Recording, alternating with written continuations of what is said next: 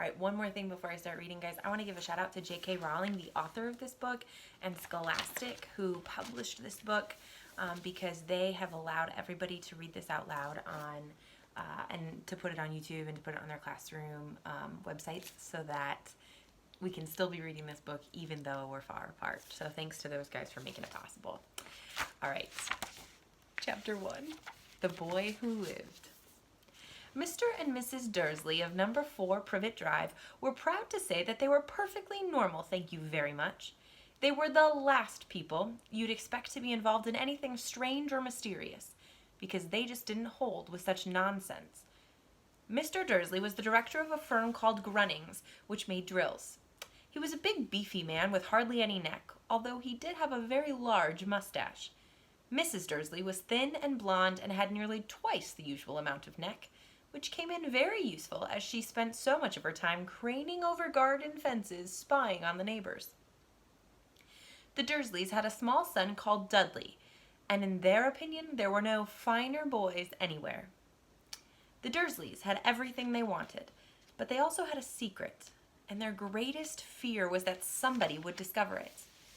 They didn't think they could bear it if anyone found out about the Potters. Mrs. Potter was Mrs. Dursley's sister, but they hadn't met for several years. In fact, Mrs. Dursley pretended she didn't have a sister, because her sister and her good-for-nothing husband were as un-Dursleyish as it was possible to be. The Dursleys shuddered to think what the neighbors would say if the Potters arrived in the street. The Dursleys knew that the Potters had a small son, too, but they had never even seen him. This boy was another good reason for keeping the Potters away. They didn't want Dudley mixing with a child like that. When Mr. and Mrs. Dursley woke up on the dull gray Tuesday, our story starts. There was nothing about the cloudy sky outside to suggest that strange and mysterious things would soon be happening all over the country. Mr. Dursley hummed as he picked out his most boring tie for work, and Mrs. Dursley gossiped away happily as she wrestled a screaming Dudley into his high chair. None of them noticed a large tawny owl flutter past the window.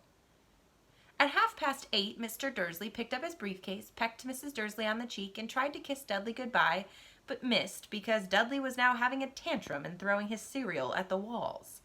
"Little tyke," chortled Mr. Dursley as he left the house. He got into his car and backed out of number 4's drive. It was on the corner of the street that he noticed the first sign of something peculiar, strange. A cat reading a map. For a second, Mr. Dursley didn't realize what he had seen. Then he jerked his head around to look again. There was a tabby cat standing on the corner of Privet Drive, but there wasn't a map in sight. What could he have been thinking of? It must have been a trick of the light. Mr. Dursley blinked and stared at the cat. It stared back. As Mr. Dursley drove around the corner and up the road, he watched the cat in his mirror. It was now reading the sign that said Privet Drive. No, looking at the sign. Cats couldn't read maps or signs. Mr. Dursley gave himself a little shake and put the cat out of his mind. As he drove toward town, he thought of nothing except a large order of drills he was hoping to get that day. But on the edge of town, drills were driven out of his mind by something else. As he sat in the usual morning traffic jam, he couldn't help noticing that there seemed to be a lot of strangely dressed people about. People in cloaks. Cloaks, by the way, are like robes. Robes probably the closest word. Mr. Dursley couldn't bear people who dressed in funny clothes, the get-ups you saw in young people. He supposed this was some stupid new fashion. He drummed his fingers on the steering wheel, and his eyes fell on a huddle of these weirdos standing quite close by. They were whispering excitedly together. Mr. Dursley was enraged to see that a couple of them weren't young at all. Why, that man had to be older than he was, and wearing an emerald green cloak. The nerve of him. But then it struck Mr. Dursley that this was probably some silly stunt. These people were obviously collecting for something, like collecting money. Yes, that would be it. The traffic moved on, and a few minutes later, Mr. Dursley arrived in the Grunnings parking lot, his mind back on drills. Mr. Dursley always sat with his back to the window in his office on the 9th floor. If he hadn't, he might have found it harder to concentrate on drills that morning.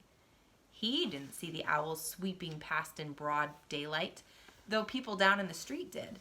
and they pointed and gazed open-mouthed as owl after owl sped overhead. Most of them had never seen an owl even at nighttime. Mr. Dursley, however, had a perfectly normal, owl-free morning.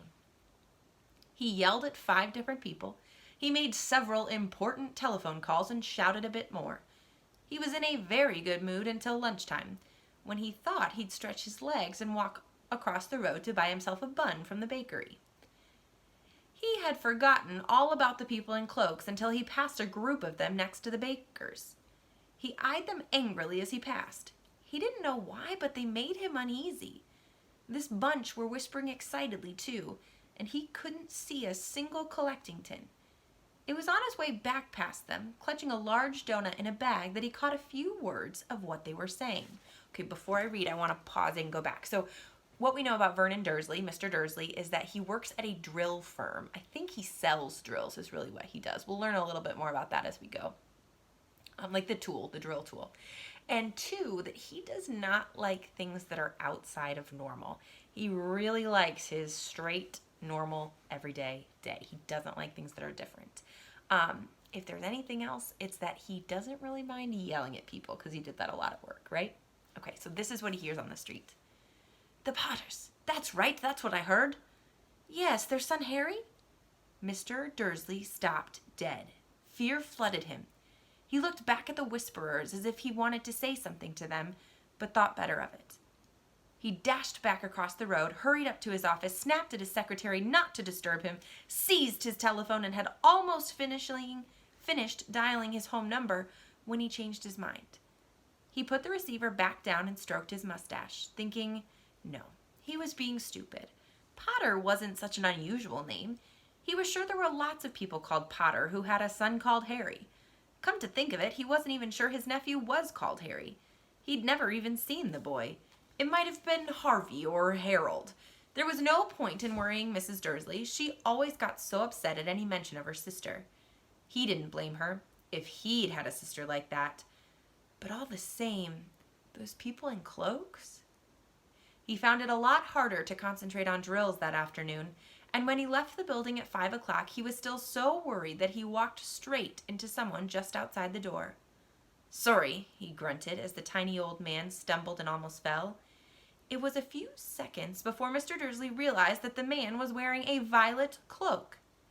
He didn't seem at all upset at being almost knocked to the ground.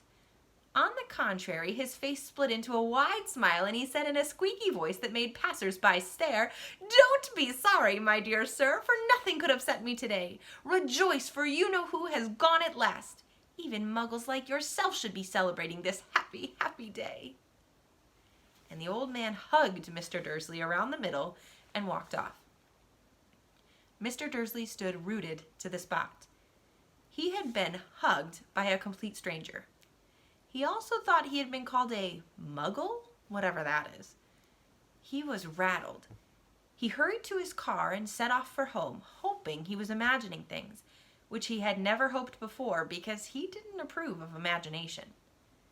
As he pulled into the driveway of number 4, the first thing he saw, and it didn't improve his mood, was the tabby cat he'd spotted that morning.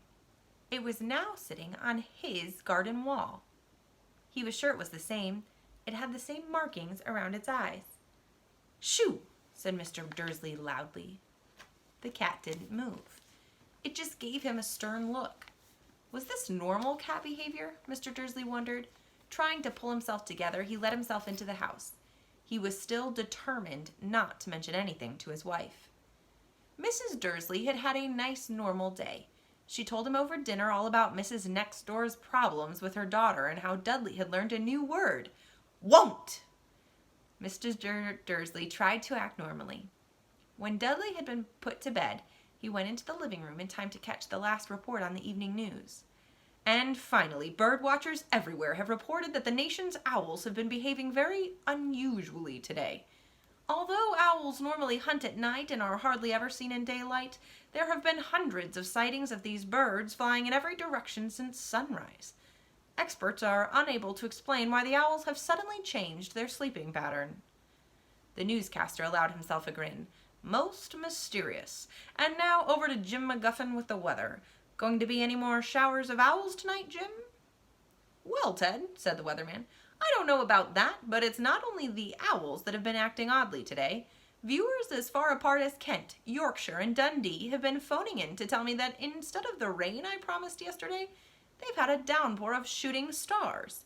Perhaps people have been celebrating bonfire night early. It's not until next week, folks, but I can promise a wet night tonight." Mr. Dursley sat frozen in his armchair. Shooting stars all over Britain, owls flying by daylight, mysterious people in cloaks all over the place, and a whisper about the Potters. Mrs. Dursley came into the living room carrying 2 cups of tea. It was no good. He'd have to say something to her. He cleared his throat nervously. Petunia, dear, you haven't heard anything from your sister lately, have you?" As he had expected, Mrs. Dursley looked shocked and angry. After all, they normally pretended she didn't have a sister. "No," she said sharply. "Why?" "Funny stuff on the news," Mr. Dursley mumbled. "Owls, shooting stars, and there were a lot of funny-looking people in town today." "So?" snapped Mrs. Dursley. "Well, I just thought maybe it was something to do with, her crowd." Mrs. Dursley sipped her tea through pursed lips. Mr. Dursley wondered whether he dared tell her he had heard the name Potter. He decided he didn't dare. Instead, he said as casually as he could, "Their son, he'd be about Dudley's age now, wouldn't he?" "I suppose so," said Mrs. Dursley stiffly. "What's his name again? Howard, isn't it?" "Harry. Nasty common name, if you ask me." "Oh, yes," said Mr. Dursley, his heart sinking horribly. "Yes, I quite agree." He didn't say another word on the subject as they went upstairs to bed. While Mrs. Dursley was in the bathroom, Mr. Dursley crept to the bedroom window and peered down into the front garden. The cat was still there. It was staring down Privet Drive as though it were waiting for something. Was he imagining things? Could all this have anything to do with the Potters? If it did, if it got out that they were related to a pair of... Well, he didn't think he could bear it. The Dursleys got into bed. Mrs. Dursley fell asleep quickly, but Mr. Dursley lay awake, turning it all over in his mind. His last comforting thought before he fell asleep was that even if the Potters were involved, there was no reason for them to come near him and Mrs. Dursley. The Potters knew very well that he and Petunia thought about them and their kind. He couldn't see how he and Petunia could get mixed up in anything that might be going on. He yawned and turned over. It couldn't affect them. How very wrong he was. We'll continue this chapter in the next video.